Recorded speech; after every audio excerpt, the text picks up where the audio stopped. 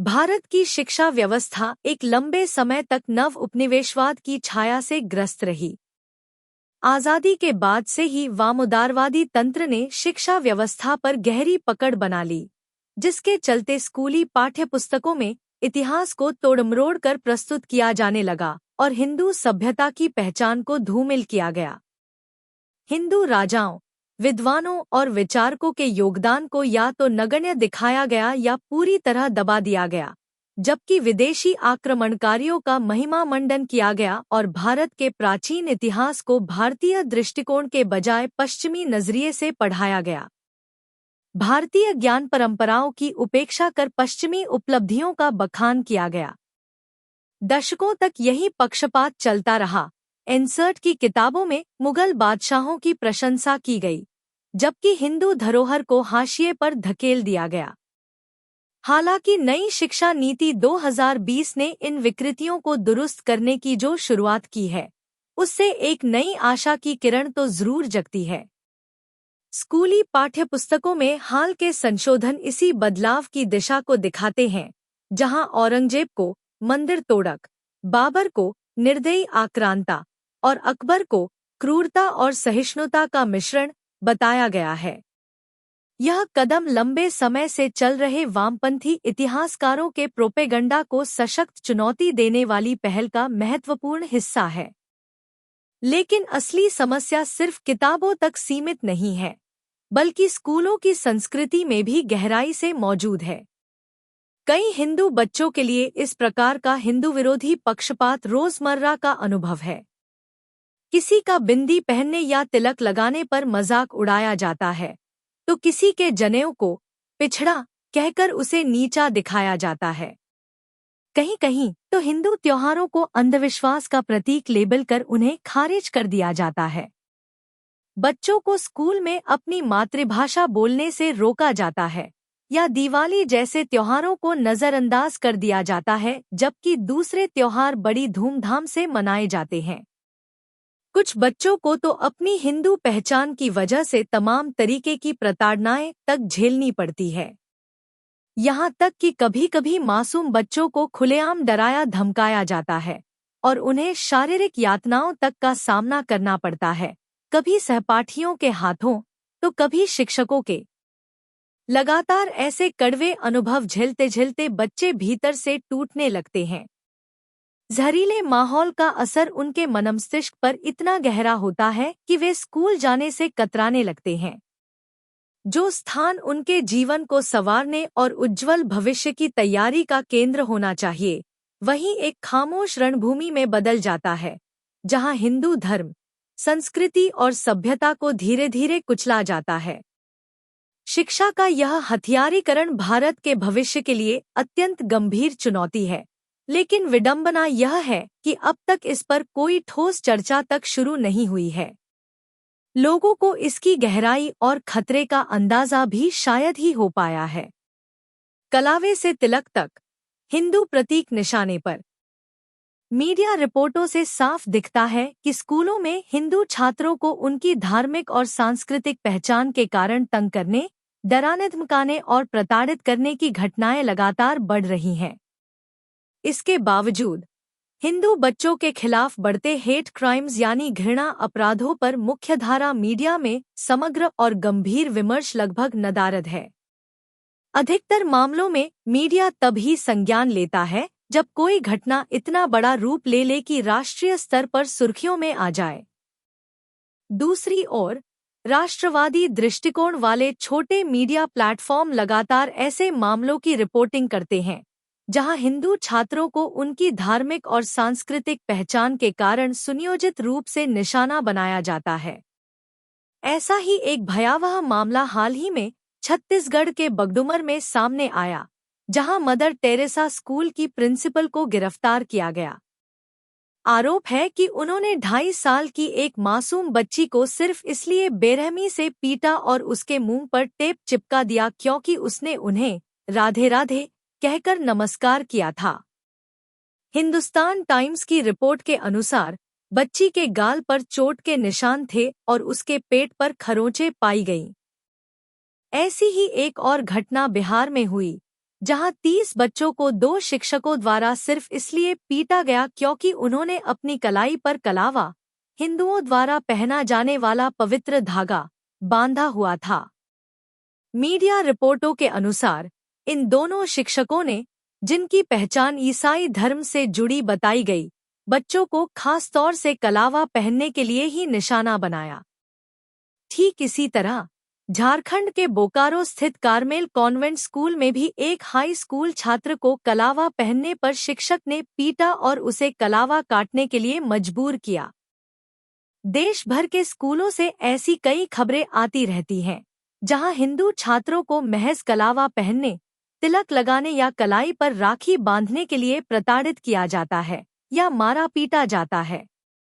अगर आप Hindu student beaten up for wearing tilak या Hindu student beaten up for wearing kalava जैसे वाक्यों की गूगल सर्च करेंगे तो आपको देश भर के स्कूलों से दिल दहला देने वाली ऐसी कई घटनाओं के वृत्तांत मिल जाएंगे।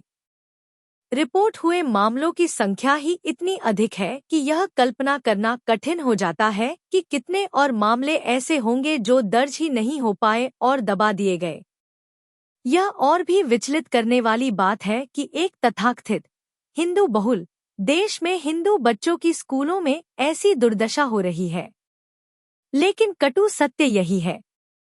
यह उसी देश की हकीकत है जहां सेक्युलरिज्म को अक्सर इस तरह इस्तेमाल किया जाता है कि हिंदू समाज की चिंताओं को दरकिनार कर दिया जाए और अल्पसंख्यक मुद्दों को इतना बढ़ा चढ़ाकर पेश किया जाए कि बहुसंख्यक समुदाय पर हो रहा अन्याय सामान्य और तुच्छ प्रतीत होने लगे। रिपोर्ट किए गए मामलों में कई उदाहरण ऐसे भी हैं जहां हिंदू छात्रों को डराकर या मानसिक दबाव डालकर जबरदस्ती अब्राहमिक धार्मिक परंपराओं और रिवाजों में शामिल किया गया। जुलाई में सोशल मीडिया पर सामने आए एक वीडियो में कोटा, राजस्थान के एक स्कूल में हिंदू छात्रों को सुबह की प्रार्थना सभा के दौरान कलमा, इस्लामिक दुआ पढ़वाते हुए देखा गया। हालांकि स्कूल प्रशासन ने इन आरोपों से इनकार करते हुए कहा कि फुटेज कई साल पुराना है और वार्षिक कार्यक्रम के दौरान रिकॉर्ड किया गया था। फिर भी जिला शिक्षा विभाग ने मामले की जांच शुरू कर दी है। अक्टूबर 2023 में गुजरात के एक स्कूल में भी ऐसा ही एक मामला सामने आया, जहां हिंदू छात्रों को जागरूकता कार्यक्रम के नाम पर नमाज अदा करने के लिए कहा गया। हाल ही में उज्जैन, मध्य प्रदेश के एक सरकारी स्कूल में एक शिक्षक पर आरोप लगा कि उसने हिंदू देवी देवताओं और भारत माता की तस्वीरें जला दीं।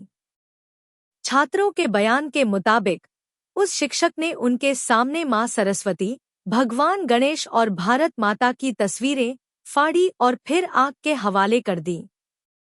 यही नहीं, उस शिक्षक पर बच्चों से जबरदस्ती नमाज पढ़वाने और उन्हें कुरान का अध्ययन करने के लिए मजबूर करने का भी आरोप है।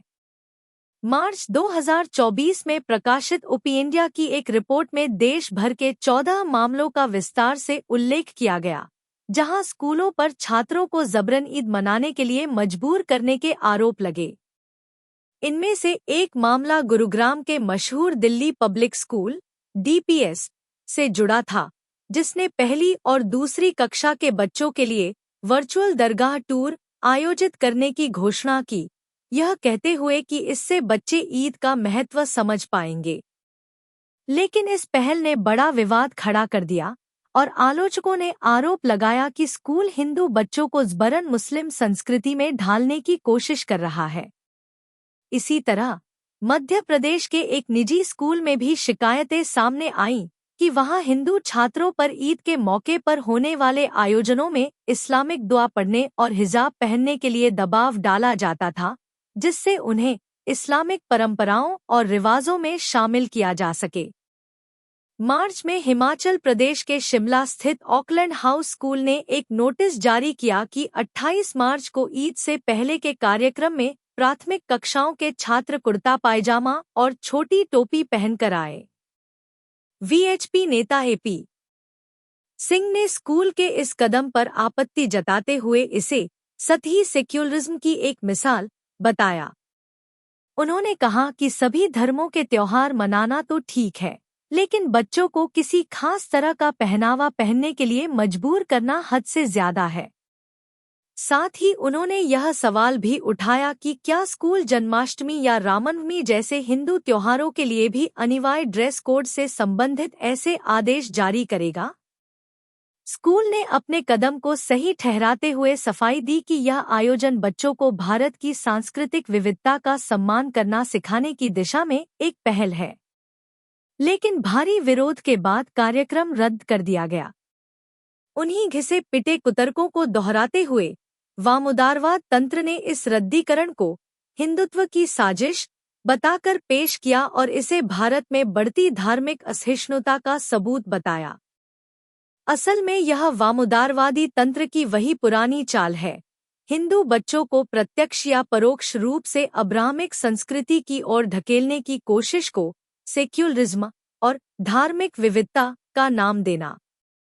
भारतीय मीडिया का एक हिस्सा भी वामोदारवादी तंत्र की साजिश के खिलाफ हिंदुओं द्वारा किया जाने वाले इस प्रतिरोध को तथाकथित हिंदुत्व वर्चस्व आंदोलन का हिस्सा बताता है। और गौर करने वाली बात तो यह है कि अगर हालात इसके बिल्कुल विपरीत होते, यानी मुस्लिम या ईसाई बच्चों को हिंदू त्योहार मनाने के लिए मजबूर किया जाता, उन्हें कलावा बांधने या तिलक लगाने के लिए कहा जाता, तो यही वामोदारवादी तंत्र आसमान सिर पर उठा लेता और ऐसी घटनाओं को अल्पसंख्यक अधिकारों पर हिंदुत्व का हमला करार देता।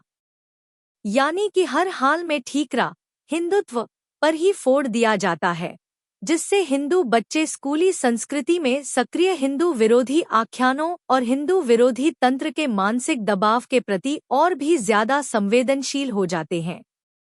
भारत की एलीट शिक्षा में औपनिवेशिक विरासत। हिंदू धार्मिक प्रतीकों का प्रदर्शन करने या हिंदू सांस्कृतिक परंपराओं को निभाने पर छात्रों के साथ हुई बदसलूकी और उत्पीड़न की जितनी भी रिपोर्टें सामने आई हैं, उनमें से काफी मामलों में मिशनरी स्कूलों का नाम आता है। ओपी इंडिया की 2022 की एक रिपोर्ट में ऐसे 19 मामले दर्ज हैं, जहां मिशनरी स्कूलों में पढ़ने वाले हिंदू छात्रों पर या तो धर्म बदलने का दबाव डाला गया या उनकी हिंदू आस्था के कारण उन्हें अपमानित व प्रताड़ित किया गया। रिपोर्ट ऐसी कई हृदय विदारक घटनाओं का उल्लेख करती है। छात्रों की कलाई से राखियों के काटे जाने की घटनाएं, माथे पर चंदन लगाने और रुद्राक्ष पहनने पर शिक्षक द्वारा छात्रों को मारने पीटने की घटनाएं, भगवान अयप्पा की माला पहनने पर एक छात्र को स्कूल में घुसने नहीं दिए जाने की घटना, दिवाली मनाने पर छात्रों को निलंबित किया जाना, एक स्कूल प्रिंसिपल का ईसाई धर्म पर प्रवचन देने के दौरान हिंदू धर्म के बारे में अपमानजनक बातें कहना। सबसे चिंताजनक पहलू यह है कि कई मामलों में स्वयं स्कूल प्रबंधन ही इसमें शामिल पाया गया है, चाहे वह हिंदू बच्चों को डराना धमकाना हो, हिंदू प्रतीकों और परंपराओं को नीचा दिखाना हो, या फिर छात्रों के बीच हिंदू विरोधी प्रोपेगंडा फैलाना। ऐसी घटनाएं आमतौर पर गिनीचनी रिपोर्टों के जरिए ही सामने आती हैं, क्योंकि सेक्युलर छवि बनाए रखने की कोशिश में मुख्यधारा का मीडिया प्रायः इन खबरों से दूरी बनाए रखता है। यद्यपि कई मामलों में पुलिस या प्रशासन द्वारा जांच शुरू की जाती है और कुछ मामलों में संबंधित शिक्षक या प्रिंसिपल की गिरफ्तारी भी होती है, लेकिन इससे समस्या का मूल समाधान नहीं हो पाता। इस समस्या से निर्णायक रूप से निपटने के लिए जरूरी है कि मिशनरी स्कूलों के फंडिंग नेटवर्क की गहराई से जांच की जाए और साथ ही स्कूल प्रबंधन की संभावित भूमिका की भी व्यापक पड़ताल हो। सबसे ज्यादा आवश्यकता है इन घटनाओं को उस वृहद ऐतिहासिक संदर्भ में समझने की, जहां मिशनरी संस्थाओं ने लंबे समय तक हिंदू विरोधी विमर्श फैलाने में एक बेहद सक्रिय भूमिका निभाई है। यह गहरी चिंता का विषय है कि भारत को आज़ादी मिले 75 साल से भी अधिक समय बीत चुका है, लेकिन देश की एलीट स्कूलिंग व्यवस्था पर आज भी मिशनरी स्कूलों का दबदबा कायम है। नैनीताल, मसूरी, शिमला, ऊटी और दार्जिलिंग जैसे स्थलों पर बने कई प्रतिष्ठित रिहायशी स्कूल ब्रिटिश शासनकाल की देन हैं और यही औपनिवेशिक विरासत आज भी भारत की एलीट शिक्षा संस्कृति को आकार दे रही है। विडंबना यह है कि जिस समय भारत अपने प्राचीन वैदिक अतीत के आधार पर सांस्कृतिक और सभ्यतागत विमर्श को नए सिरे से गढ़ने की दिशा में सक्रिय रूप से काम कर रहा है, उसी समय देश की उच्च शिक्षा व्यवस्था अब भी पश्चिमी मूल्यों और मान्यताओं के चक्रव्यूह में उलझी हुई है। सवाल यह उठता है कि आखिर कौन सी ताकतें भारत को अपनी प्राचीन परंपराओं की रोशनी में स्कूली शिक्षा का पुनर्निर्माण करने से रोक रही हैं? क्यों हम अपनी गुरुकुल परंपरा की समृद्ध विरासत को आधुनिक शिक्षा ढांचे में समाहित कर हिंदू सभ्यता और संस्कारों के अनुरूप शैक्षिक वातावरण नहीं बना पा रहे हैं? दुखद सच्चाई यह है कि 2025 में भी वे संस्थान जो प्रत्यक्ष या परोक्ष रूप से हिंदू विरोधी विमर्श फैलाते हैं, भारतीय शिक्षा व्यवस्था के सर्वोत्तम स्कूलों के रूप में प्रतिष्ठित किए जाते हैं। देशभक्ति बनाम देश विरोध। एक तरफ तो हिंदू छात्रों पर दबाव डाला जा रहा है कि वे अब्राह्मिक धर्म की सांस्कृतिक और धार्मिक परंपराएं अपनाएं व अपनी खुद की संस्कृति सभ्यता और परंपराओं से दूरी बना लें।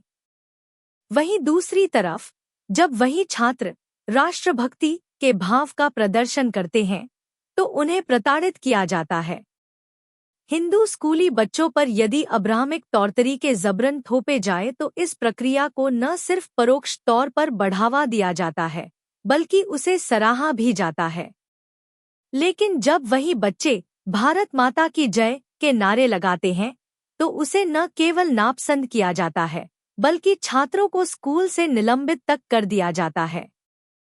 स्कूलों में हिंदू विरोध और भारत विरोध की यह अजीबोगरीब मिलीजुली प्रवृत्ति समस्या को और भी ज्यादा गंभीर बना देती है।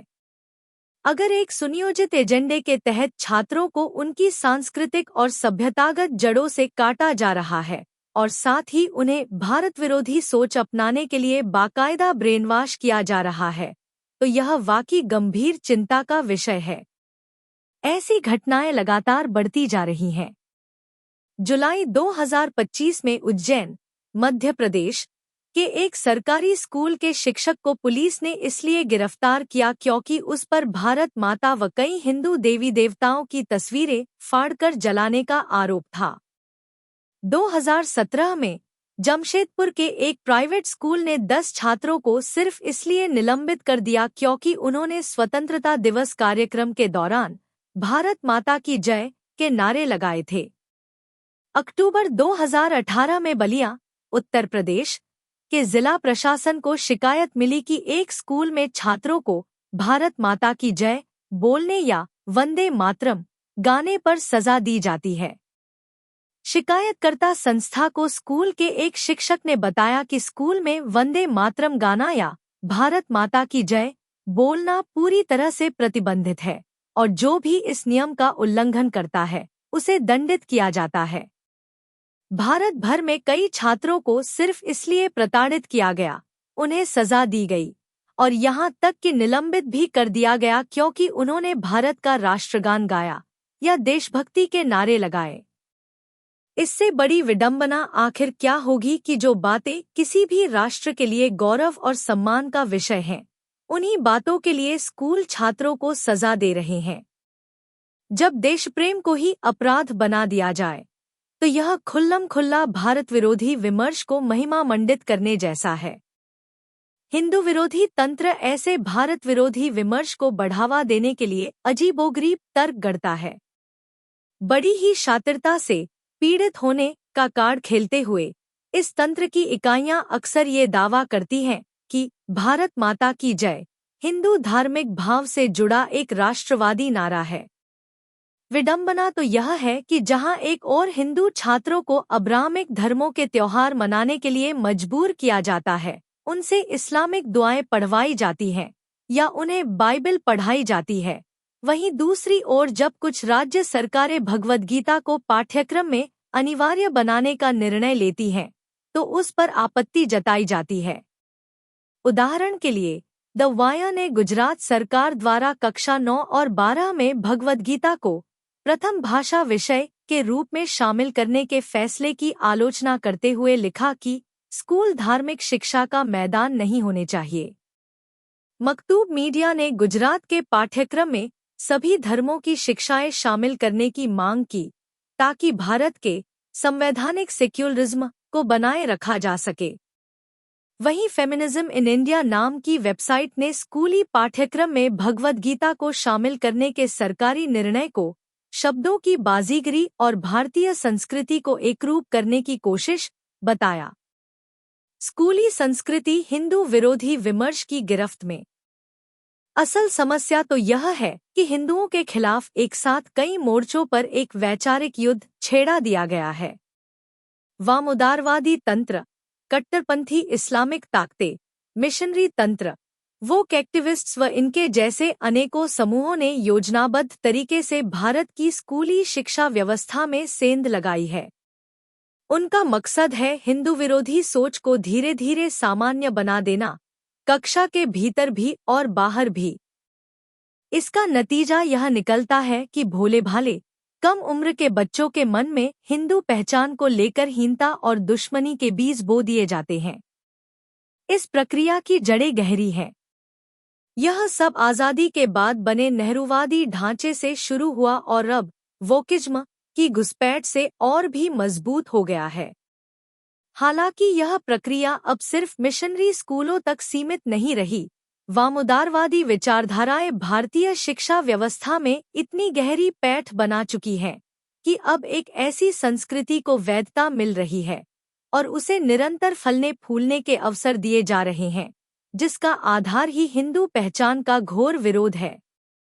चिंता की बात यह भी है कि यह घटनाएं सिर्फ बड़े शहरों के एलीट स्कूलों तक सीमित नहीं हैं, जहां ऐसे नैरेटिव्स की मौजूदगी की उम्मीद की जा सकती है, बल्कि इनमें से कई मामले भारत के छोटे शहरों और कस्बों से सामने आ रहे हैं। यह सच्चाई हिंदू विरोध को समझने के पारंपरिक ढांचों को चुनौती देती है। छोटे कस्बों के स्कूलों में ऐसे मामलों की बढ़ती संख्या दिखाती है कि हिंदू विरोधी नैरेटिव भारतीय समाज की हर परत में रिसकर पहुंच चुका है। समापन। भारत की स्कूली संस्कृति में बढ़ती हिंदू विरोधी लहर से निपटना कोई आसान काम नहीं है। इस समस्या का कोई तात्कालिक हल भी नहीं है। इससे निपटने के लिए कई स्तरों पर ठोस और बहुआयामी प्रयास करने होंगे। सबसे पहले ऐसे मामलों में शिकायत करने वालों के लिए कानूनी मदद के साधनों को और मजबूत बनाना जरूरी है। हिंदू समाज को मिलकर इन मामलों को अदालत तक ले जाना चाहिए और सक्रिय रूप से याचिकाएं दायर करनी चाहिए, ताकि छात्रों के अधिकार सुरक्षित रह सकें। जहां स्कूल प्रबंधन ही सीधे तौर पर छात्रों को उनके धार्मिक प्रतीकों और परंपराओं के कारण तंग करने या अपमानित करने में शामिल पाया जाए, वहां इन संस्थानों की फंडिंग और संसाधनों की पूरी जांच होनी चाहिए। गंभीर मामलों में स्कूल का लाइसेंस निलंबित करने जैसे प्रावधान लागू किए जाने चाहिए, ताकि हिंदू विरोधी शैक्षणिक संस्थानों को कड़ा और स्पष्ट संदेश दिया जा सके। अंततः सरकार को ऐसे स्कूलों को बढ़ावा देना चाहिए जिनकी संस्कृति भारत की सभ्यतागत और सांस्कृतिक जड़ों में रचीपसी हो। बड़े निजी संस्थानों को भी इस बात के लिए प्रोत्साहित किया जाना चाहिए कि वे वैदिक गुरुकुल परंपरा के तत्वों को आधुनिक शिक्षा पद्धति के साथ समन्वित करने वाले नए संस्थानों की स्थापना करें।